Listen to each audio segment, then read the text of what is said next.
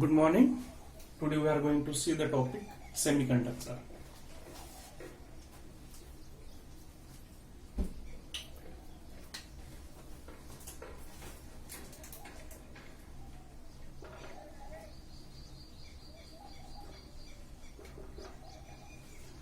Just take the brief introduction of semiconductor. In semiconductor, there is a word conductor. So, to conduct means to carry forward. It is a property of conducting the electron from one place to another place.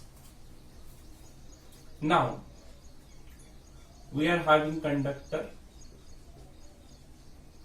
then we are having semiconductor, then insulators. So in case of conductor, conductivity is 10 raised to power minus 7 mho per meter. In case of semiconductor, conductivity is in between 10 raised to power minus 7 mho per meter to 10 raised to power minus 13 mho per meter. For insulator, it is 10 raised to power minus 13 mho per meter. From this data you can observe for insulator the conductivity is negligible. That's why they are the bad conductors of electricity. And for conductor, conductivity is 10 raised to power minus 7 mho per meter, which is quite high as compared to semiconductor and insulator. Therefore, they are good conductor of electricity. What about semiconductors? Their conductivity lies in between conductor and insulator. It is less than conductor but greater than insulator. That's why the name is semiconductor. Now, from the periodic table, you will observe that we are having sodium, magnesium, aluminium, silicon, phosphorus, sulfur, chlorine and argon. Now for sodium, Z, that is atomic number is 11, this is 12, 13, 14, 15, 16, 17, 18. It is inert gas. Now its electronic configuration is 281. Here it is 282, 283, then 284, then 285. Here it is 286, 287. Now here the last orbit contain one electron, that is number of valence electron is 1. Here valence electron is 2, 3, 4, 5, 6, 7. So these are the metalloids. You know silicon is metalloid. Here the number of valence electron is 4. The valence electron is less than 4 for metals. These are the metals. And for non-metals, the number of valence electron is greater than 4. These are the non-metals. Simple. So mostly the metalloids are the semiconductors. Mostly the metalloids are the semiconductors. They are having the properties of both conductor and insulators. So we will see the structures of semiconductor.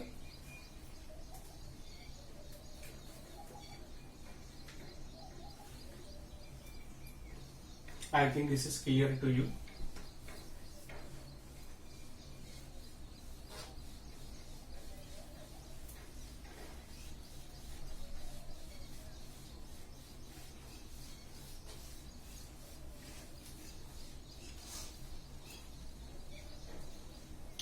Now some important points regarding semiconductors.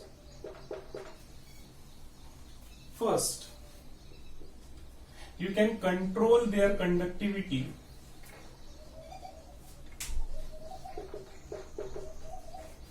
using some physical quantities like light, temperature, magnetic field. Means you can control the conduction through the semiconductor with the help of light, with the help of temperature, with the help of magnetic field. See how. Let us, here we are having one source of the supply, here we are having the battery with positive and negative terminal. Here I am connecting silicon vapor, this is silicon vapor. I am giving one connection of positive terminal here, and between these two, between silicon vapor and supply, I am connecting one small LED or the small bulb like this. Now, initially, this semiconductor vapor or silicon vapor will act as a insulator. What do you mean by insulator? It is having a high resistivity. High resistivity. What do you mean by high resistivity? If resistivity is high, it is having the low conductivity. Low conductivity. So, when we switch on the supply, no current will flow through this silicon vapor because initially it is acting as an insulator having the high resistivity and low conductivity. So this bulb will not glow. This bulb will not glow. Now, when we provide the heat to this silicon vapor, when it is heated,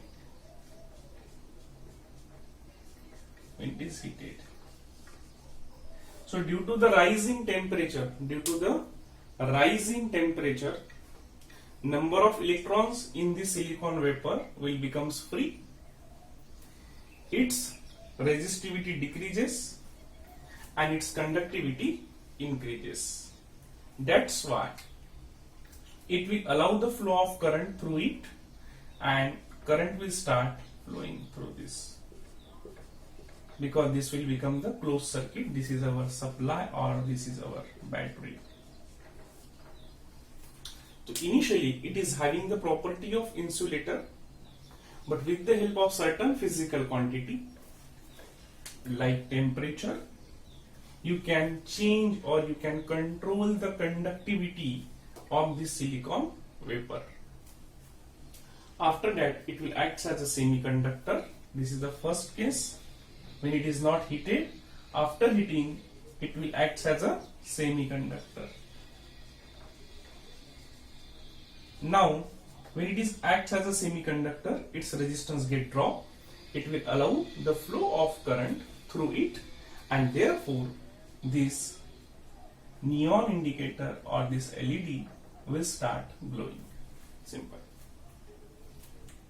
This proves that semiconductor is behaving initially as an insulator, but when it is heated, the number of electrons will becomes free. It acts as a semiconductor, its resistance drop and it starts conducting. Therefore, this LED will glow, which is in series with this silicon vapor. Simple.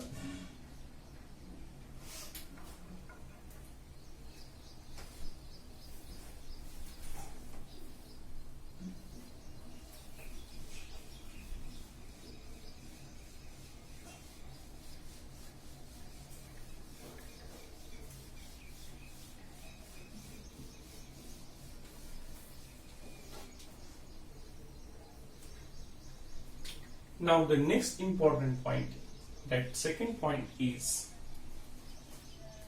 it can be manufactured into the discrete form and integrated form. Simple. Now what do you mean by discrete form? Discrete form क्या होता है? I'm having a single component like diode. So this is a single component diode.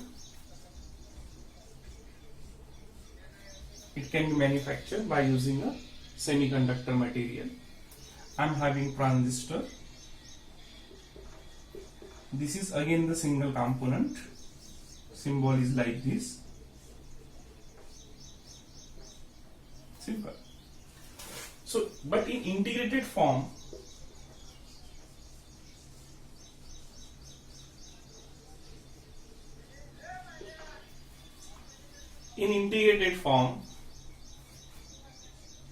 I'm having the IC or integrated chip, and this integrated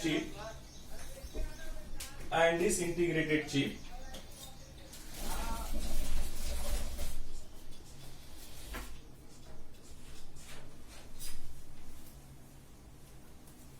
we are having the number of pins. In integrated chip we are having the number of pins and number of components are there inside this IC in the integrated form. So in case of discrete form, we are having the individual components, and integrated form we are having the number of components integrated together. Simple. We are having the number of components which are integrated together. So this is second important point regarding the semiconductor.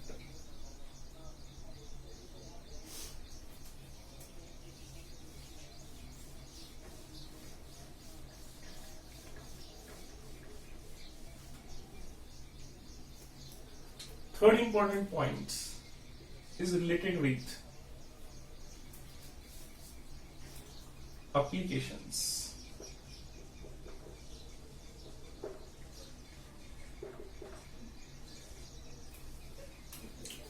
Where to use the semiconductors? So they can be used for memory. What is the use of memory? Either to read the data or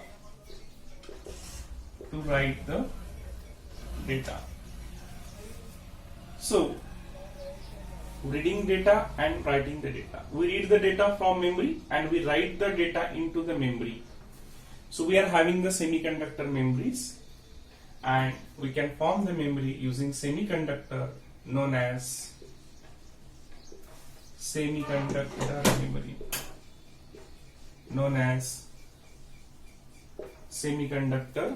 memory. Simple.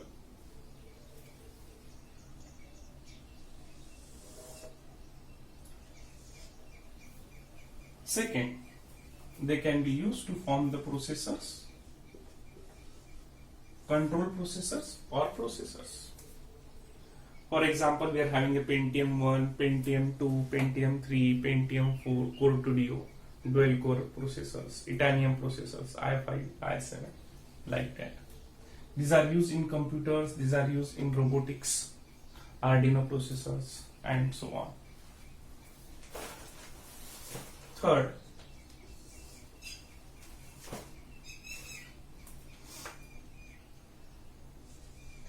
converters. They are used to form the converters.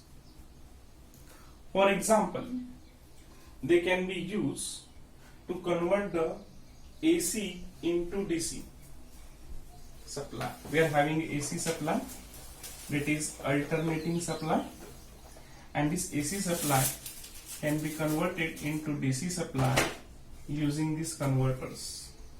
These are known as rectifiers that we will see.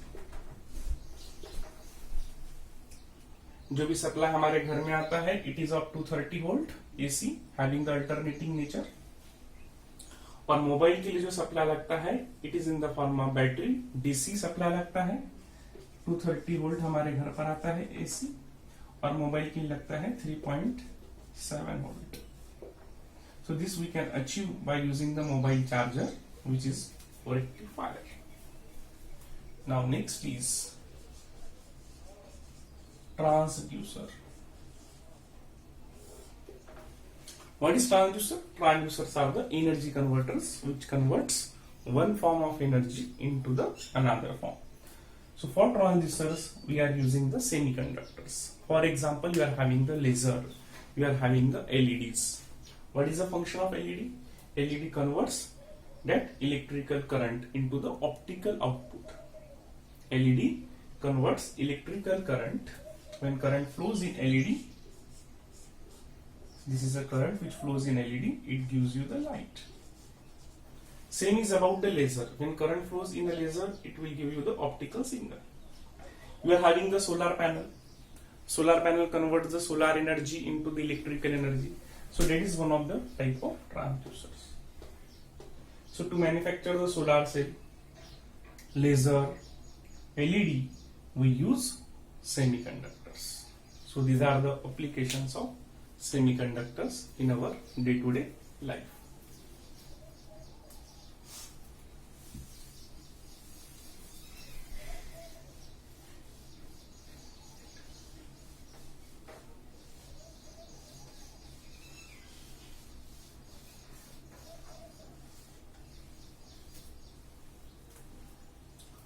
Next,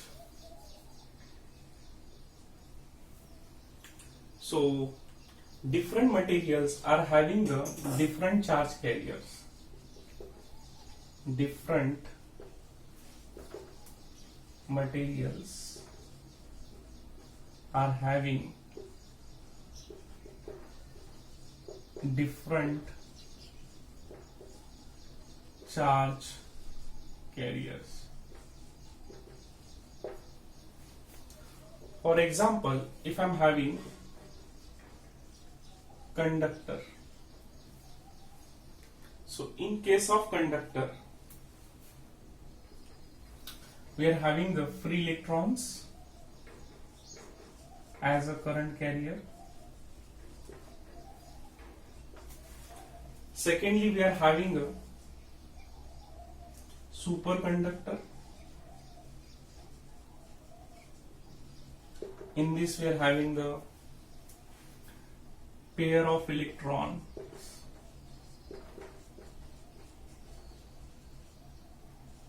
as a carrier. Third, we are having a conducting solution like electrolyte solution.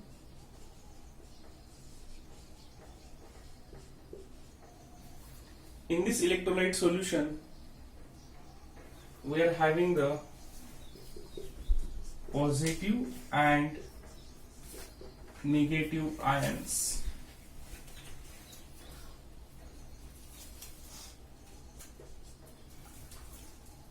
Fourth, we are having the semiconductor.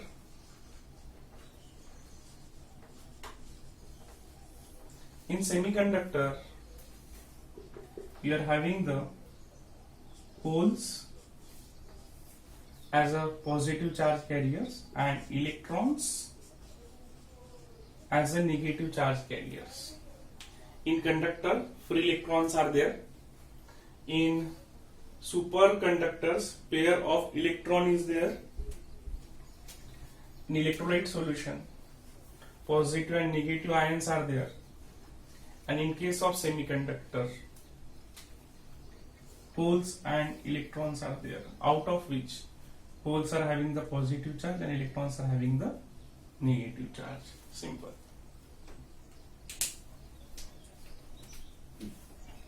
That's why you can have here the choice, and that choice will be of, you can have the component like this, P and P, positive, negative, positive, or N, P, N. Here you are having the holes as a majority charge carriers. You are having the electrons as a majority charge carriers. So this choice is available in case of semiconductor, not in case of conductor. Simple.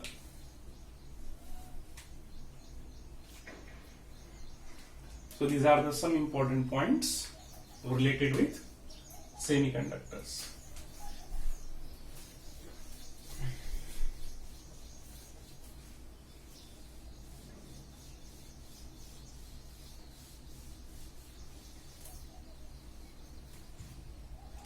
The next is the structure of semiconductor.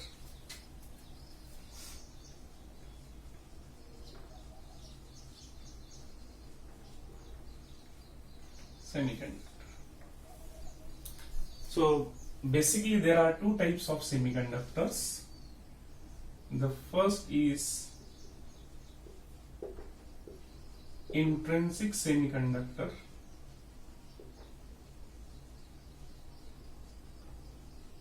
and the second one is extrinsic semiconductor.